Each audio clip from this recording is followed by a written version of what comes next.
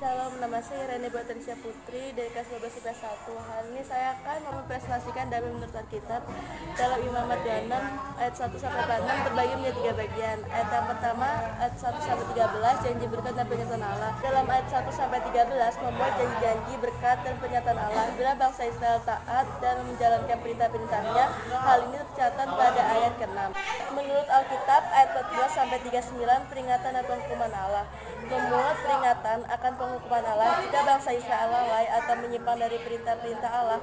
Peringatan ini kita temukan dalam ayat 14 sampai 39. Ayat 40 sampai 46 berisi janji-janji Allah untuk mengampuni dan menerima mereka kembali sebagai umatnya. Allah itu setia dan selalu ingat akan perjanjiannya dengan leluhur Israel. Bob Devin Boch mengatakan bahwa Imamat 26 sangat penting bagi kita karena 5 hal berikut. Yang pertama, ini adalah teks kunci untuk memahami sejarah Israel. Peringatan-peringatan di dalam Imamat adalah kerangka sejarah Israel. Yang kedua, menjadi kunci bagi kita untuk memahami pesan para nabi Israel. Janji penyelamatan dan pemulihan Israel juga ditemukan berakar dalam kelima kitab pertama Alkitab, yaitu Pentateuch. Yang ketiga, prinsip-prinsip yang ada di balik janji berkat dan kutuk masih berlalu di masa kita sekarang. Yang keempat, mengandung banyak pengajaran untuk orang tua dan semua orang yang bertugas mendisiplinkan orang lain. Yang kelima, tidak hanya mengandung peringatan, tetapi juga mengandung harapan yang besar di dalam Alkitab. Secara singkat dapat kita simpulkan bahwa baik Imamat maupun Injil Yohanes mengingatkan kita bahwa ketaatan untuk melakukan apa yang diperintahkan Tuhan kepada kita akan menghadirkan damai sejahtera. Dengan kata lain, damai sejahtera tidak akan hadir begitu saja kecuali melalui kerja keras kita dalam memberlakukan kehendak Allah di dalam seluruh kehidupan dan keberadaan kita, baik secara pribadi maupun sebagai gereja. Apa arti kata shalom?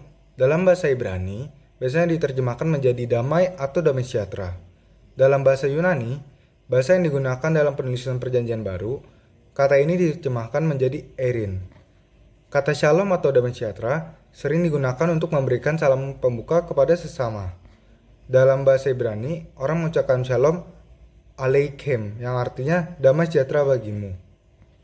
Dalam Lukas 10 ayat 5, Tuhan Yesus memerintahkan murid-muridnya untuk memberikan salam apabila mereka mengunjungi rumah seorang. Kalau kamu memasuki suatu rumah, katakan lebih dahulu, damai sejahtera bagi rumah ini. Dalam ungkapan kata shalom aleichem, memang tergantung sebuah doa, yaitu kiranya damai sejahtera menyertaimu. Makna shalom pertama, persahabatan. Shalom antara sahabat berkaitan dengan hubungan yang akrab. Zakaria 6 ayat 13. Dalam Mazmur 28 ayat 3, orang diingatkan akan sahabat yang mulutnya manis, tetapi niatnya jahat. Janganlah menyeret aku bersama-sama dengan orang fasik, ataupun dengan orang yang melakukan kejahatan yang ramah dengan teman-temannya, tetapi yang hatinya penuh kejahatan. Makna kata shalom yang kedua adalah kesejahteraan. Kata shalom juga berarti kesejahteraan yang menyeluruh, termasuk kesehatan dan kemakmuran yang semuanya berasal dari Tuhan. Hal ini dapat kita temukan dalam 2 Raja-Raja 4 ayat yang ke-26 ketika hamba Elisa bertanya kepada perempuan Sunem.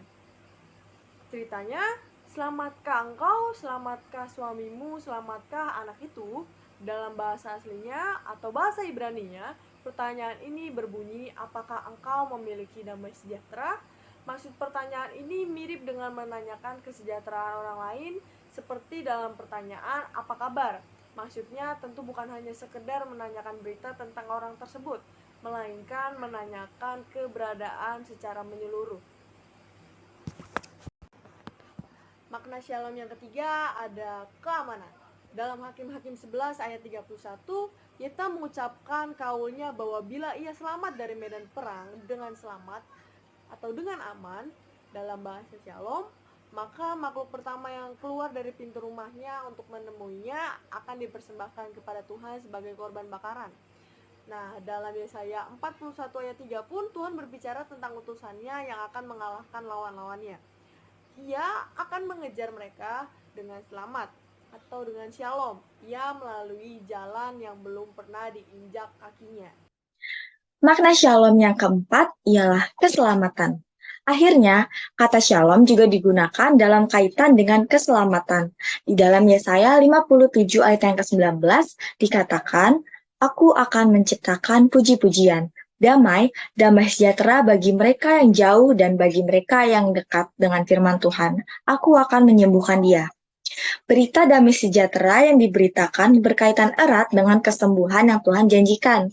Keselamatan yang utuh dapat dilihat dari penggunaan kata damai sejahtera dalam hubungannya dengan keadilan. Yesaya 60 ayat 17. Hubungan antara keselamatan dengan perdamaian menjadi lebih jelas lagi apabila kita melihat bagaimana Perjanjian Baru memaknai karya keselamatan yang dikerjakan oleh Tuhan Yesus. Kesimpulan dalam presentasi kelompok kami, pemberian salam dan pengucapan salam damai atau damai Kristus besertamu adalah sebuah tindakan yang menggambarkan hasil perdamaian yang telah dikerjakan oleh Tuhan Yesus Kristus bagi manusia setelah kita menerima berita pengampunan dan pendamaian dari Tuhan. Hubungan kita dengan sesama kita pun dipulihkan kembali. Karena itulah kita saling mengucapkan salam damai atau damai Kristus besertamu. Demikian presentasi dari kelompok kami. Shalom, Tuhan Yesus memberkati.